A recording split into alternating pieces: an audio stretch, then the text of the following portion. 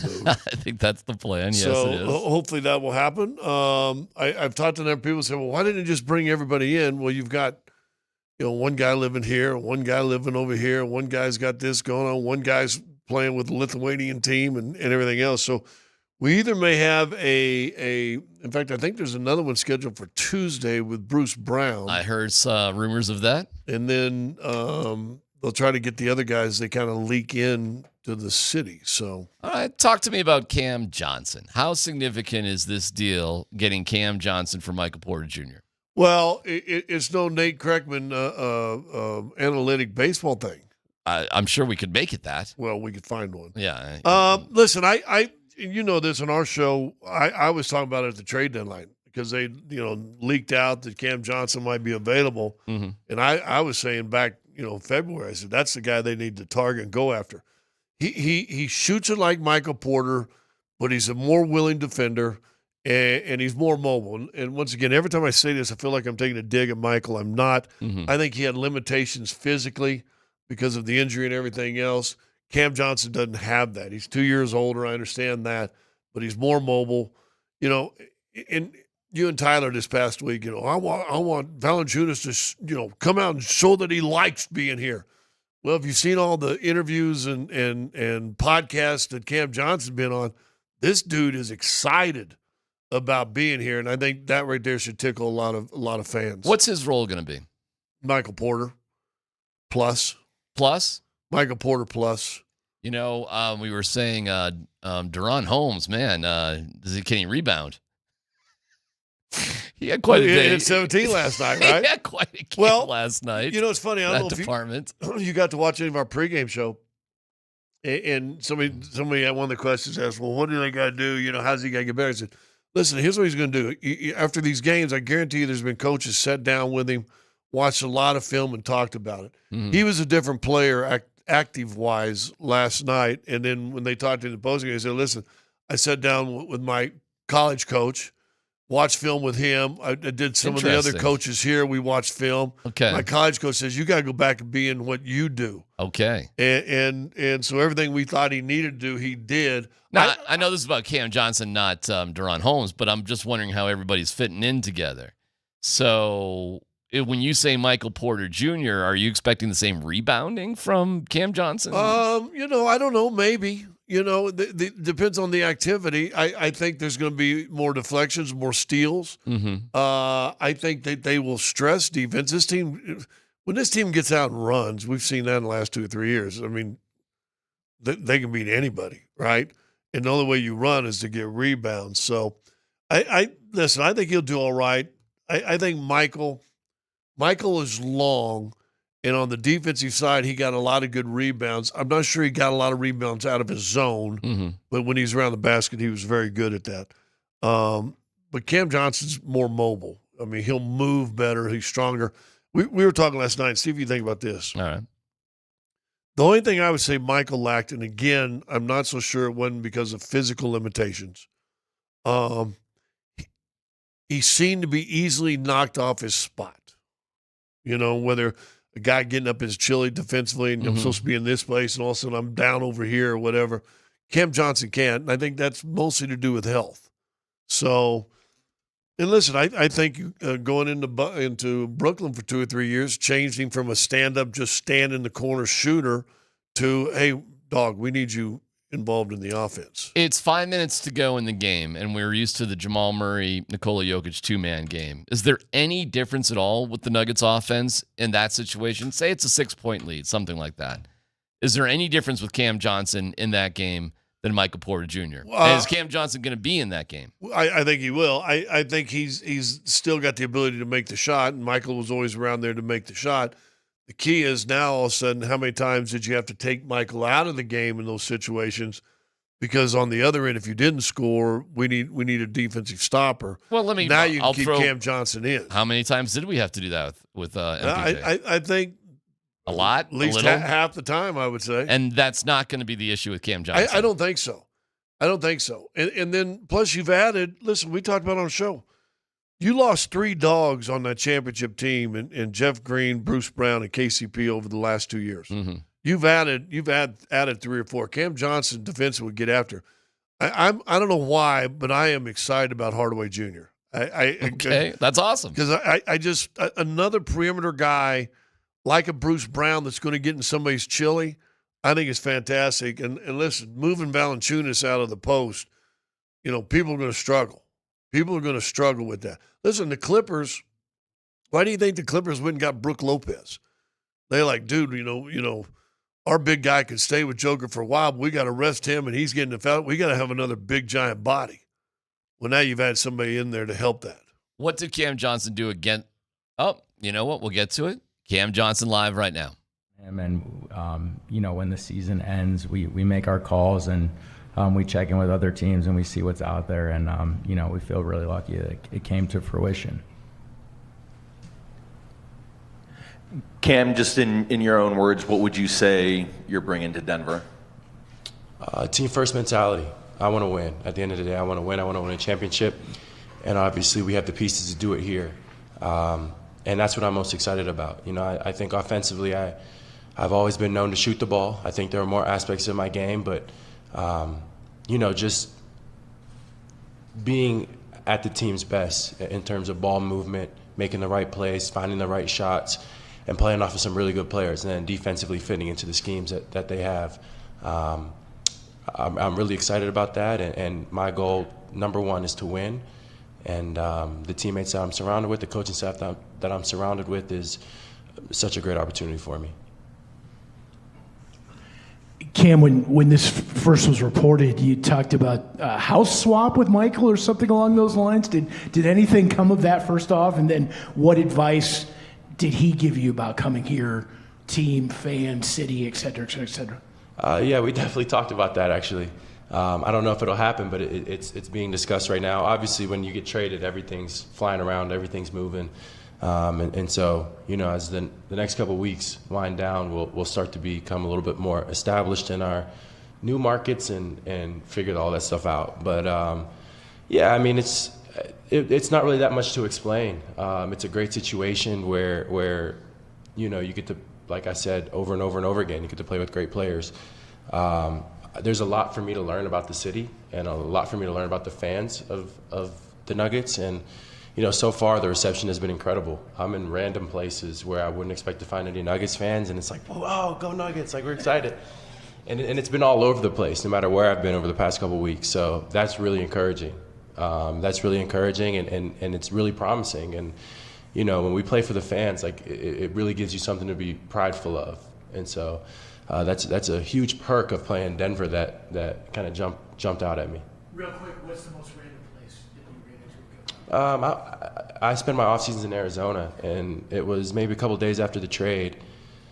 I was at a breakfast spot just near my house, just casually chilling, and this whole table, I'm talking 10 old people, were like shaking, like besides themselves. So like, we've been Nuggets fans for so long, like we live in Arizona now, we're huge Nuggets fans. Like the lady's like almost crying and stuff. I'm like, oh, this is awesome. Like, but it was pretty random, and it was pretty soon after the trade. So the excitement around it has been really positive for me. And, just a chance at winning is something that I really relish and something that I'll do everything in my power to contribute to.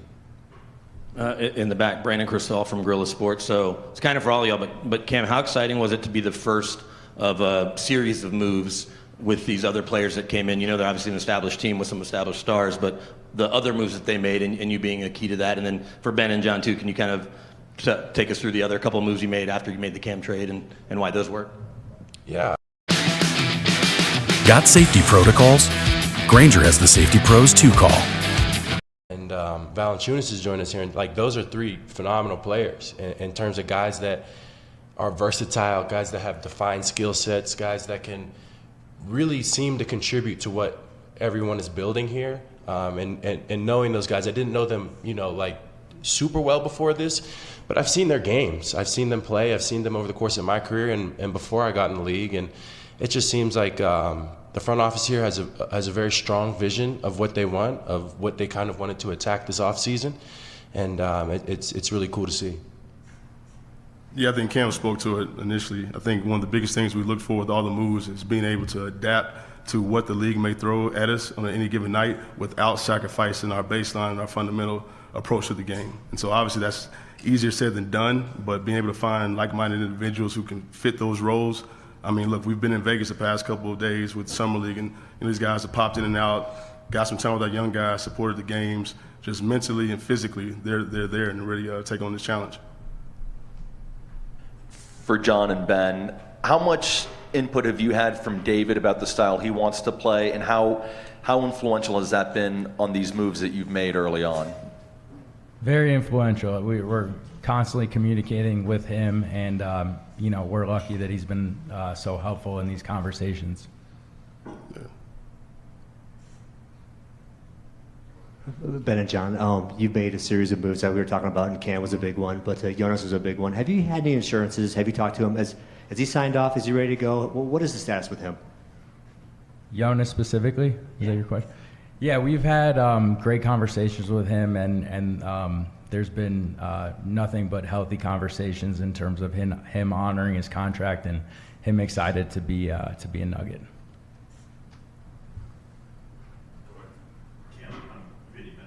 Denver Gazette. A lot of people have been really complimentary about the way you kind of see the game, so I'm curious if that's something that's always come naturally to you, or were there people earlier in your career who stressed the importance of kind of like thinking the game at a higher level? It's a good question. I think it's always come naturally, but with that, you have to understand that there's always a ton to learn.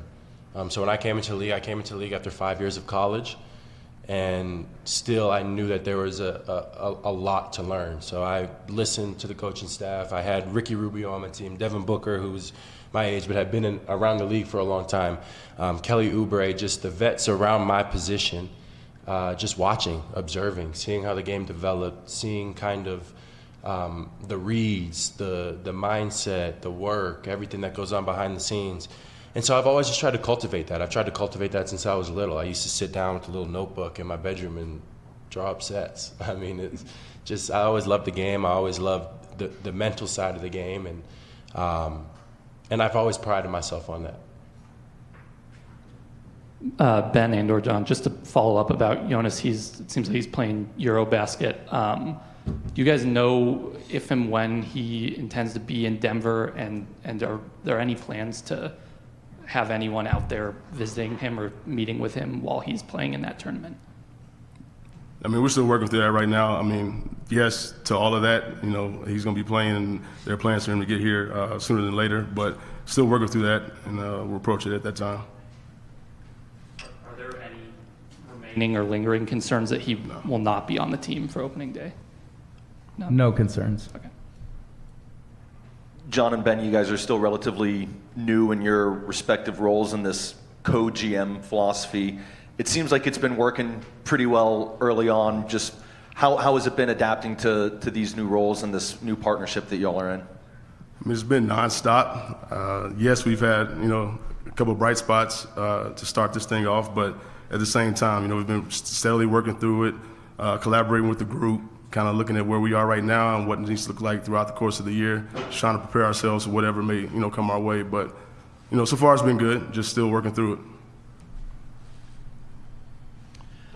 it. Cam, over here, just wanted to, I know you've been asked about Nikola just a whole bunch of times over the course of these last couple of weeks. Just what's an aspect maybe of your game that you're excited can kind of flourish next to him, and just something that you're hoping really takes off? I'd say relocation around the perimeter, whether that's finding the open spot for a three or a cut. I know maybe his best ability is just understanding where he is in space and where his teammates are in space at all times.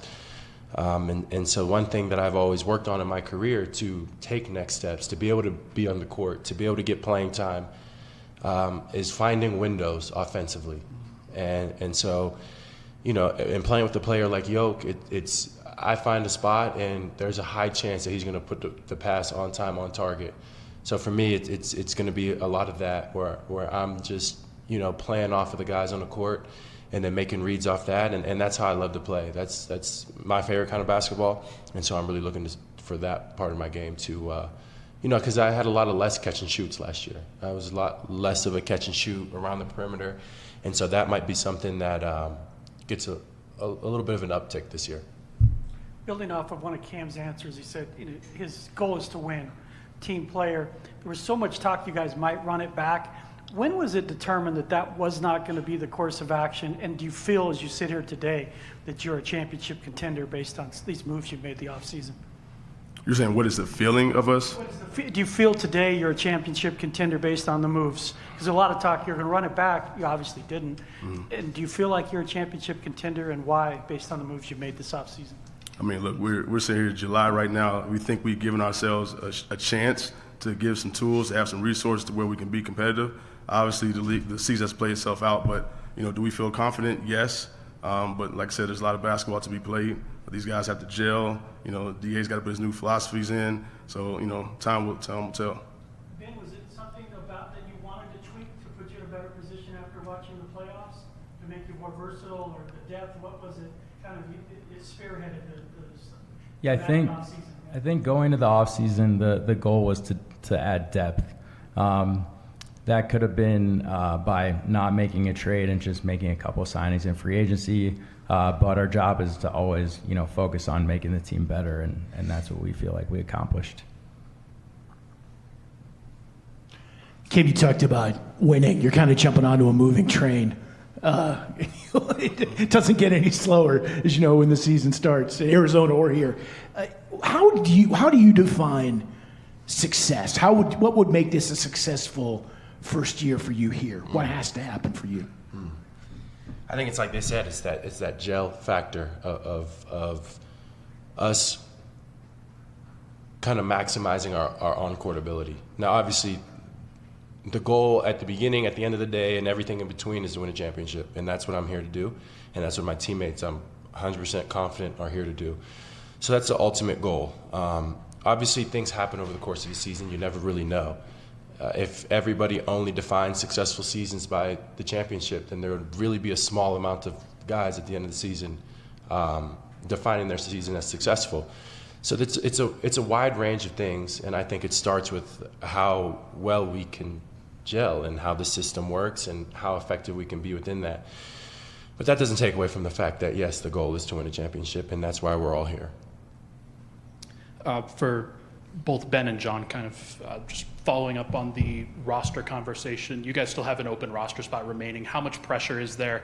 Is there any pressure to fill that 15th man spot before the start of training camp? I wouldn't say there's pressure. We're going to be patient right now. We feel really good about where the roster's at, and if we feel like it's important to add a 15th, we will. But no pressure right now. And then also for John and Ben, how'd really go overall? You're not looking for a lot necessarily, but I guess specifically with the guys you're counting on, and namely Deron Holmes, how'd he look? Looked really good. I mean, last night, he got a very impressive game.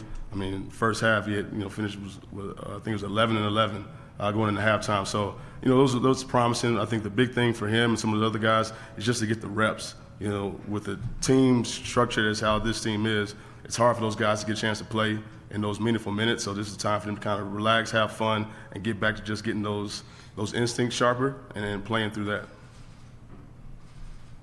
Anything else? All right, we'll go quick photo op. All right. We are going to have Cam Johnson on live with us. He's going to do a little TV, and then he'll join us. So we'll take a quick break. So hear from Cam Johnson, the latest nugget, coming up next here on Altitude Sports Radio 92.5.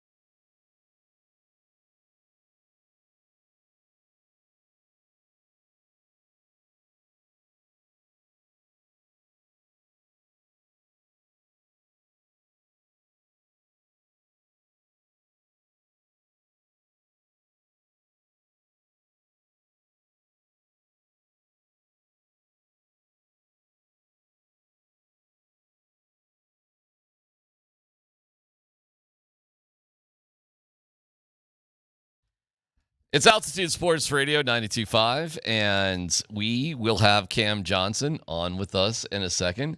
Ben Tenzer and John Walsh were also at that press conference. Any takeaways there, Scott, as we prepare to get Cam on? He'll be with us in a second. Well, it's got to make Tyler happy because you can.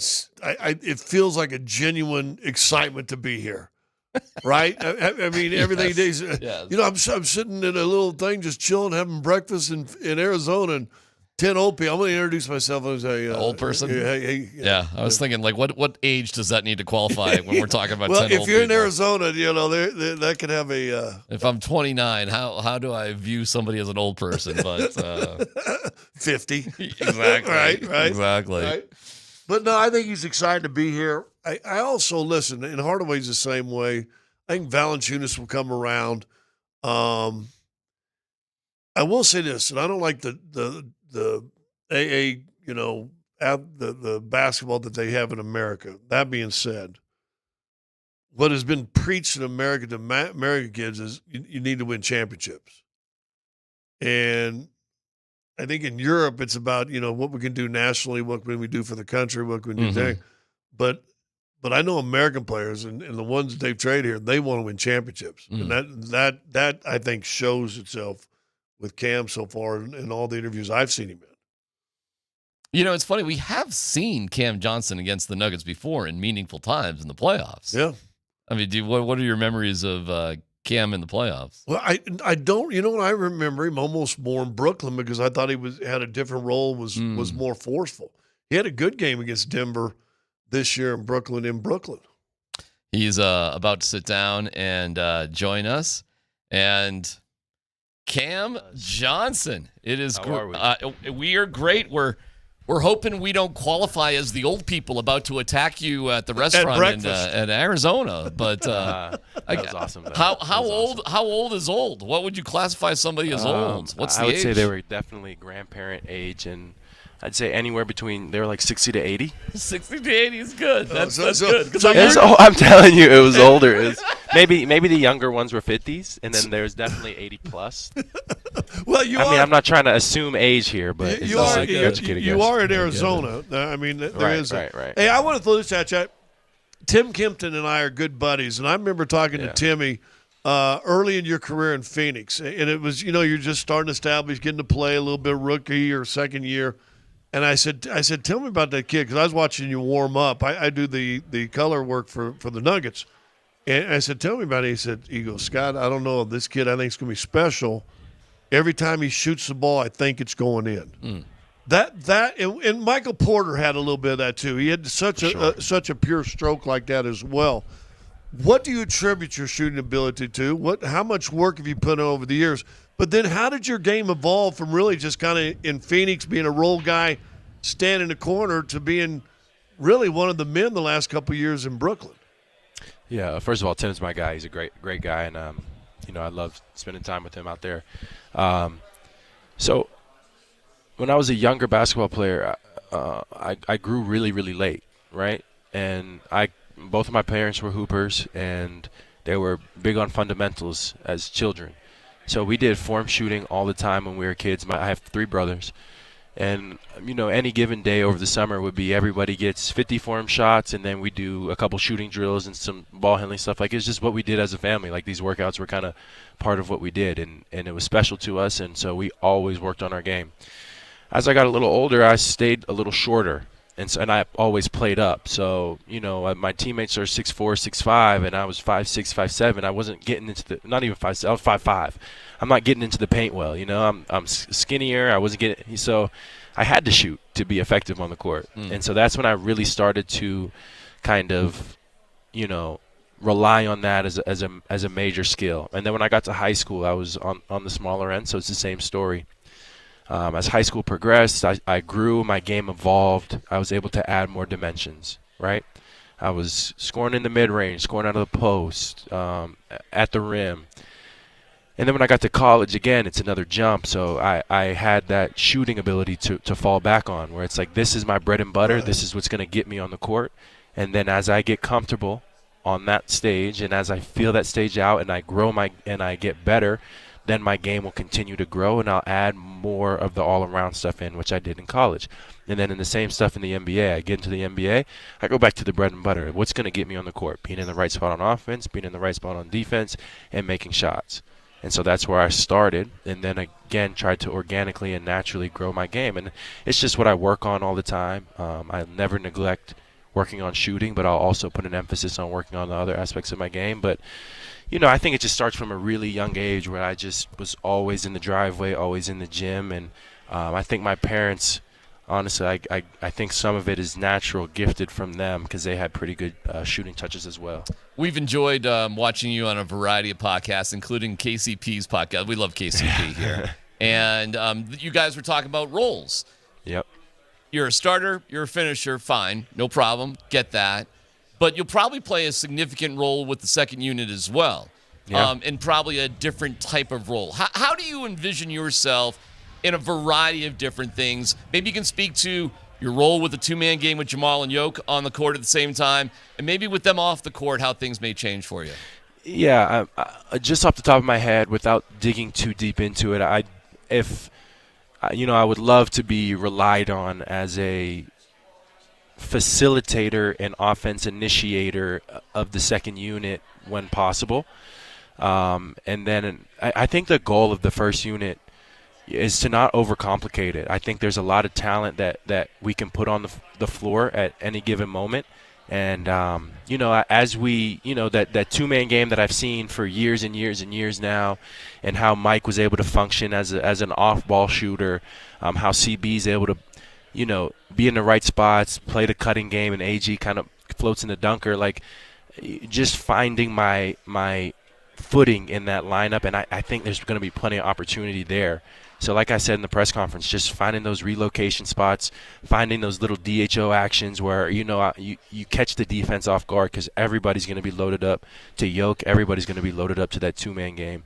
And then the second unit, just doing a little bit more of the stuff on ball. But again, there's going to be plenty of creators. So I think it's just going to be one of those things where when we find that rhythm and we trust multiple guys in all sorts of actions, it just adds that unpredictability where you become a lot harder to guard. You're going to get to go, and everybody asks about Joker, but I mean, let's be honest. He's won, 3 MVPs. Probably statistically should have won one again this year. So he's that kind of a player. And you've played with great players. You played with Hall of Fame players in your career so far. That being said, I don't know if you've ever played with one that doesn't care if he scores 20 as long as the team wins and whatever. He's just as happy getting 10 points and 18 assists as he is 28 points and 3 assists.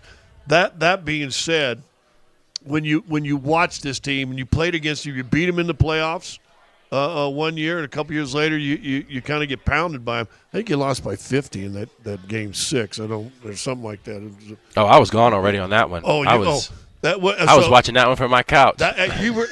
You were cheering for Nuggets on that one. It hurts just a little bit. Maybe my mom was for sure. But what?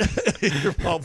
But watching those teams, how have you seen that development go for the Denver Nuggets offensively through the year? You talk about the two-man game, but how about everything and overall how it's just really progressed itself as an offense? Well, one thing that has been huge for this team is AG's presence in the dunker, which and with the eye test, it might not seem to do much, but when you're out there as a defensive team, like, there's a lot of gravity pulling you towards him because he can duck you in at any moment and get a pass from Yoke, a dump off, a lob, or even just in great offensive rebounding position.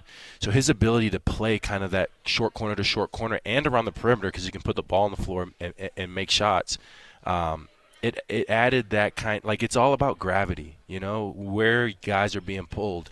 And so you found yourself in a really tough position to help. And you need to send a lot of help, when Yoke is in the post. You need to send a lot of help when they kind of create those advantages with Jamal.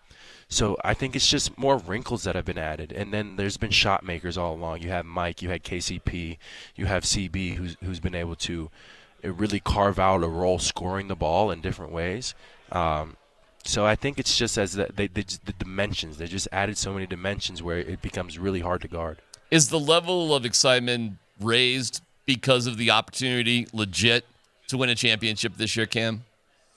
Yeah. I mean, in terms of a situation,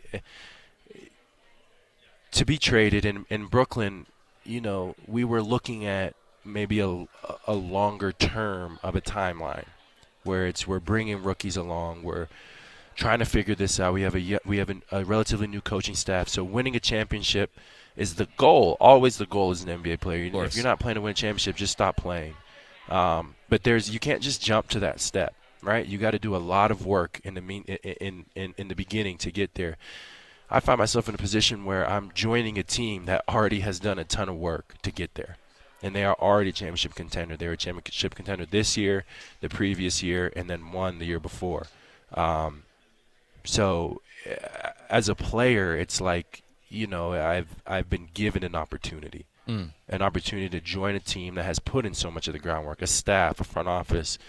And so that's an opportunity that I'm just going to take full advantage of and try my absolute best every day to contribute to. And that's how I see the situation is I've been given a pretty special opportunity. What's been one of the more interesting conversations you've had since this trade's come down, whether it's involved with people in Denver or Phoenix or Brooklyn or whatever, just buddies? What's been one of the most interesting conversations or questions you've been asked?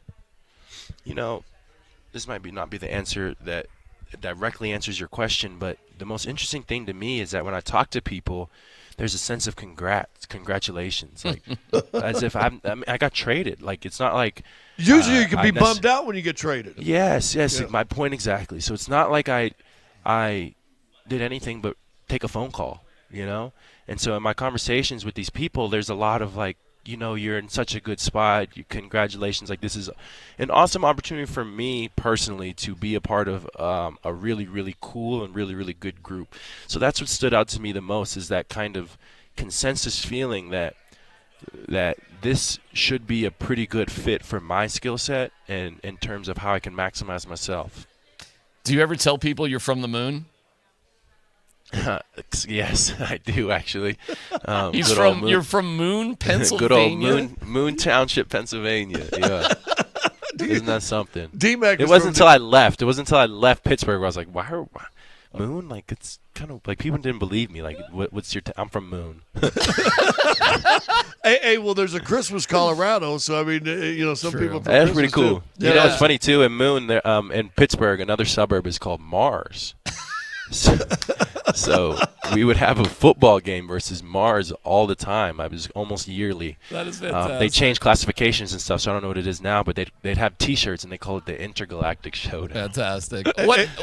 Go ahead. No, I was just gonna ask what other personal stuff we should know about you, bro. Like, just get to know you a little bit. What you like, what you into, what personal stuff you'd like to share, what you'd rather stay away from. Have you played pickleball with Tim Kempton yet, and all that stuff? I haven't, but pickleball I'm definitely getting into more and more. It's fun, something fun to get out there and play with the family and friends, and competitive at the same time. I see your mom she's American but Croatian heritage, so you're Croatian. Yeah, I am. Okay. I am. Do you know any Croatian? Do you know any? I don't. But my mom's grandfather, my great grandfather, came over on a boat when he was in his teens. Wow.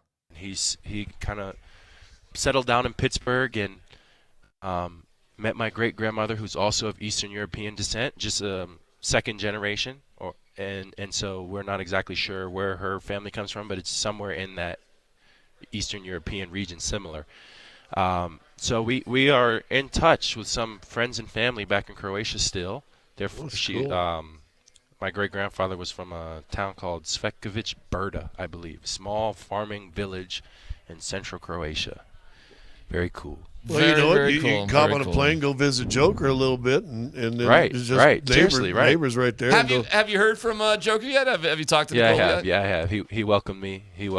I met his older brother in Vegas too, and man, by the way, well, he gave me a hug, and I had to check my, do it, and almost.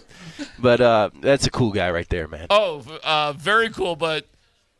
He's something. He's something. We know Strahinja very well. The Joker and Morris brothers kind of got into it, and one of the Morris and the other one jumped in. He don't want any of this smoke, and then somebody reached out and said, "Listen," and showed him a picture. I think Strahenia, and said, "No, No. Yeah, there's a lot of tough guys out there, right? There's a lot of tough guys, but yeah, it's hard to put money against the Jokic brothers, man. And when you hug him, he ain't fat. Everybody think he's gained a lot of weight. That's like a strong man fat. Yeah, it's strength. It's pure strength. Yeah. Cam, we'll let you go. We really appreciate the time. I'm sure you're going to get whether you live in MPJ's house or not, you'll find a great place one way or the other here in Denver. Man. I'm looking forward to settling here, man. We're glad you're here, about bro. it. Thank you. Thank you. See you, buddy. All right, there Thank you you. go. Cam Johnson. We'll take a quick break and reflect on that. Pretty fun conversation. Cam Johnson, latest member of the Denver Nuggets, here on Altitude Sports Radio 92.5.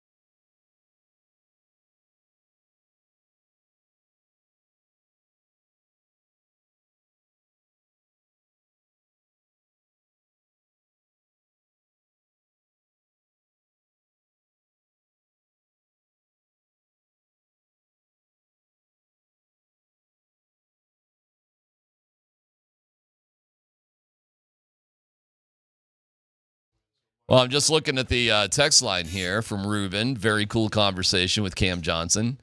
Seems like an all-around good guy. Thanks for playing that interview. Another one here, 3234. You should have had him pronounce giant eagle. The way the locals of that area say eagle is wild. Okay. In Moon, he's talking about it in I Moon? guess in Moon, yeah. Eagle?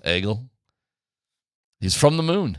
That's kind of funny. Moon actually. versus Mars. Look at you outside with of Pittsburgh. that's a deep pull. That right there is why Dude. you're off vacation. Yeah, it's Wikipedia. It's not that crazy. I'm no Nate Reckman. I know how to Google Wikipedia and scroll down.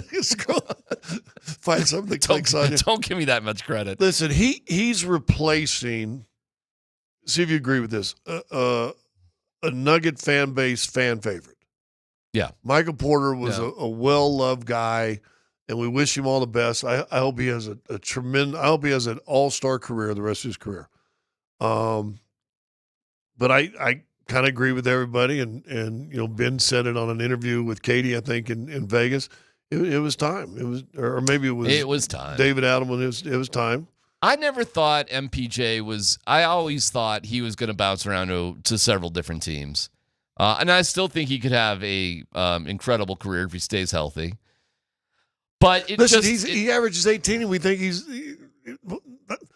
are you kidding me? He's scoring 18 in an NBA in a season? Yeah, the problem isn't that. The problem was, just to be honest, you're paying $37 million to a guy that you sometimes can't trust out on the court with 5 minutes to go in a close game. And you just can't do it. The amount of money for what you're getting is too disproportionate. Right. So if you're a lower paid guy, okay. And I mean, so you had these weird back and forths this year, as we've had every year with Michael Porter Jr. Meanwhile, for a vet minimum, Russell Westbrook's out in every pressure situation you can imagine. It's just, that is not balanced, Scott. It's cool. You can root for it every game here and there, but there was just too many times that was just out of whack. And so whatever plan you had ain't working. That's what that looked like. Yeah, and I think John Wallace understands that. Coming in, and we had John Wallace on, he and Ben Tenzer, and I asked him, so you ain't in Minnesota no more, and you scouted, you found weaknesses. What were they? And part of that might have been that. And I said, listen, you got Michael in late, you got to attack it. Mm-hmm. So now, what he'll do with Jamal and Joker, of course, is huge. But what he does inevitably as one of, if not the leader of the second unit, is pretty significant too. Yeah, because there's that transit. But then again, we're going on old models.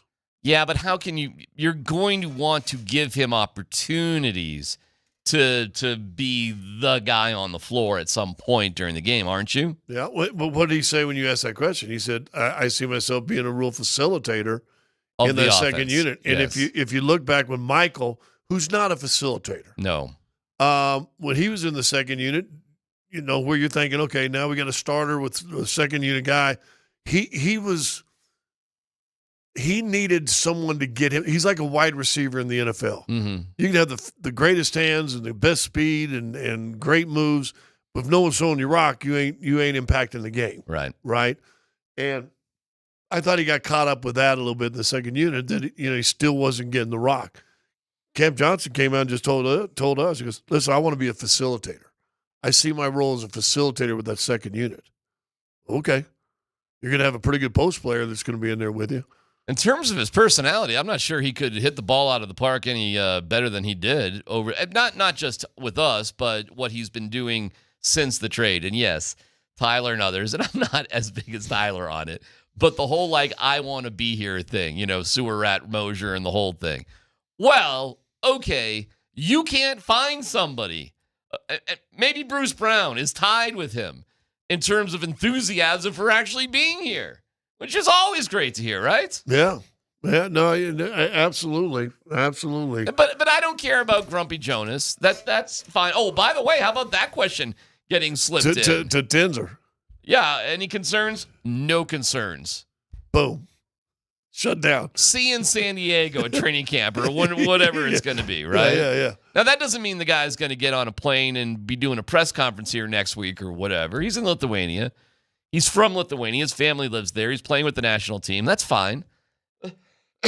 As long as he's here when he's supposed to be here, we don't need him any other way. That's okay. If it makes Tyler and other folks feel better, maybe you can get on a Zoom call. But maybe not. I don't care. I don't care about Grumpy Jonas. He'll learn to like it here. We got enough guys here who want to be here. We're good. No, I got to ask you another question that's off Cam Johnson a little bit. Did you see in the video with Joker in China? Yeah, I did. Yes. I thought he looked in pretty good shape. And I know he's got a shirt on and everything, so you're not seeing his body and all that. I saw the vigorous amount of sand foot volleyball he was playing, and it looked... well, that was when he first got over there, Is he in good shape? I'm sure he's been working out. I think he's in better shape than he was last summer at this time. Nikola Jokic is a professional athlete that keeps himself ready to go. I have no idea what his workouts are. Just because he doesn't film it doesn't mean he's not doing it. Right. And I don't know. Who knows? Listen, the beginning of last year, let's face it, everybody, that was a disaster. It was a disaster. We're going off and having magic carpet and camel rides over in Dubai for a 9-day vacation. What reason that? Who knows? I don't know what that does for anybody. Well, I can tell you what that was. the NBA got $1 billion. Okay. So we'll have a couple of teams. Oh, and it's the Emirates Cup too, right? Yeah, and now it's the Emirates Cup. So the Nuggets got a little unlucky, I would say. Opportunity of a lifetime just as a human being. But in terms of training for the season, that sucked. Yeah. And then, Jamal just wasn't in the right shape. We knew that in the Olympics. And I'm not sure he was in the right mind space he's never told me this, and I don't know. I could ask him maybe as time goes by, but with Russ coming in. That was odd. Coach missed a game because he's watching his daughter in high school. It's like, and then you turn around and what are you, 12 and 11, something like that? Yeah, it's 12 and 11. Or 11 and 10. 11 and 10. And like, whoa, what just happened here? And now what are you doing? Scrambling. So what we would hope for, and I do not think Adelman could have been more clear about the fitness level being a big deal. And I think guys like Cam Johnson who are excited to be here, and Bruce Brown's energy coming back, and Hardaway Jr., and whatever with Valanciunas, I have no doubt he'll show up ready to go. It'll be interesting, and I'll just, again, this is just chitter-chatter I hear in my ears over the last week or so. Keep an eye on John Wallace's travel schedule. Okay. I think he's going to be a general manager or executive vice president of player personnel, whatever the title they gave him. I think he's going to be a boots on the ground guy. Okay. I just in the next week or so, I think they're going to let Summer League get over. Probably everybody just going to catch their breath. And has John Wallace even found a place to live yet full time? Coming from Minnesota. Well, he did live here before. He might be aware. Well, he have ideas, but I mean, do you think he actually has a place? I don't know. You think he's getting mail yet, other No than idea. at the Ball Arena? But from little birdies at your he's going to be a boots on the ground guy. Okay. And it ain't going to be no speculation of whether guys are doing stuff in the offseason. I think he's going to be a boots on the ground guy. If what I've heard is true. Okay. Just checking in on fellas. Yeah. Which I find I'm okay with. Okay. Especially after what you just said. What started off last year. You got to have just travel around with the fellas? Well, I don't know if you saw the video we played last night. They had Jamal Murray came to Vegas, and he was doing workouts. I think that's great. Yeah. Listen, hey, Jamal's a competitor. Jamal wants to win. Yeah. I think it was a rough summer for Jamal. I think the contract thing was weird. I think playing for Team Canada did not go exactly the way he thought it might go. I think it was just weird. I think he felt piled on. I think Westbrook was a weird thing. I think it was all just a very weird offseason for Jamal. Yeah, I don't think he was ever 100% healthy in the playoffs that year. Mm-hmm. And then, listen. There's no weirdness this year. No. Jamal, you're our guy. Your contract is done. Your off season, you can do whatever you need to do. It's not. But you're going to do it. It's not nearly as hectic. You should be all right with whatever you choose to do, playing basketball, which we know Jamal Murray loves playing basketball. And then we go into some deeper questions. And I'm sure those guys will stay bonded forever that won a championship together. But who knows? Maybe they needed a little break from each other or something in terms of shaking the chemistry up And they did. with Michael Porter Jr. Yeah. And it's not just him. DeAndre's gone now too. And I doubt he's going to be the last guy that fills up that roster spot. Correct me, did DJ sign anywhere? I'm not even aware if he's what he's doing. I have not heard that he has, no. Okay. So he's gone to, nothing against Vlatko, but he's not going to be around. Who else are we saying goodbye to? That's a lot. There's some significant personality. Justin, DJ, and Russell Westbrook, we're talking about some significant personalities. Right. So, Jamal, you're leader. Jokic is the leader. It's the two of yours team, and you got different guys in here to support you. And then you Pretty good. Then you bring in bodies that, if you watch their career and how they progressed as players in this league, they're professionals. And I said this on the air last night in the pregame talking about Hardaway Jr. Detroit hated losing him. They gave him a lot of credit as a veteran guy coming in with a real young Detroit team and helping them get to the playoffs where they've been in a drought for, 7, 8, 9 years, something like that. And they didn't want to have to lose him, and they did. We got to wrap it up. Thank you to Mark Springer. Springer, you were on vacation today too, right? Yeah, but look I look like I'm on vacation, He's right? yoked up. He's Hey, wearing the tank. hey. He's looking good. What was it? A tank? What do we call it? Tank bro? You're wearing it. Bro Tank Fridays. Let's go. I'm Me and you, Scotty. I'm about 3,000 curls short of being able to do that and skipping out some 'Cause you wine don't- on some Friday nights. But You don't really curl wine bottles. Lakers, Nuggets tonight. Bronny, are you working tonight? Or I am working tonight. Okay, what time you guys going?